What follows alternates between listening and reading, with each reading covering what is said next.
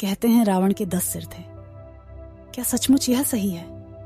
कुछ विद्वान मानते हैं कि रावण के 10 सिर नहीं थे, किंतु वह 10 सिर होने का भ्रम पैदा कर देता था। इसी कारण लोग उसे दशानन कहते थे।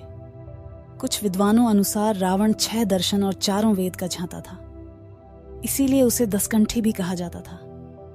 दसकंठी कहे जाने के कारण प्रचलन में उसके 10 सिर मान लिए गए। जैन शास्त्रों में उल्लेख है कि रावण के गले में बड़ी बड़ी गोलाकार 9 मणियां होती थीं। उक्त 9 मणियों में उसका सिर दिखाई देता था, जिसके कारण उसके 10 सिर होने का भ्रम होता था। हालांकि ज्यादातर विद्वान और पुराणों अनुसार तो यही सही है कि रावण एक मायावी व्यक्ति था, जो अपनी माया के द्वारा 10 सिर के होने का भ्रम पैदा कर सकता था। उसकी मायावी शक्ति और जादू के चर्चे जग प्रसिद्ध थे। रावण के 10 सिर होने की चर्चा रामचरितमानस में आती है।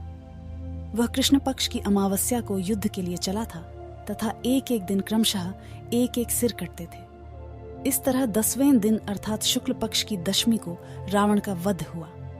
इसीलिए दशमी के दिन रावण दहन किया जाता है।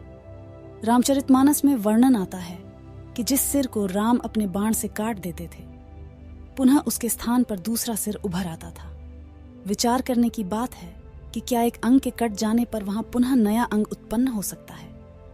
वस्तुतः रावण के ये सिर कृत्रिम थे, आसुरी माया से बने हुए। मारीच का चांदी के बिंदुओं से युक्त स्वर्ण मृग बन जाना, रावण का सीता के समक्ष राम का कटा हुआ सिर रखना आदि से सिद्ध होता है कि राक्षस मायावी थे।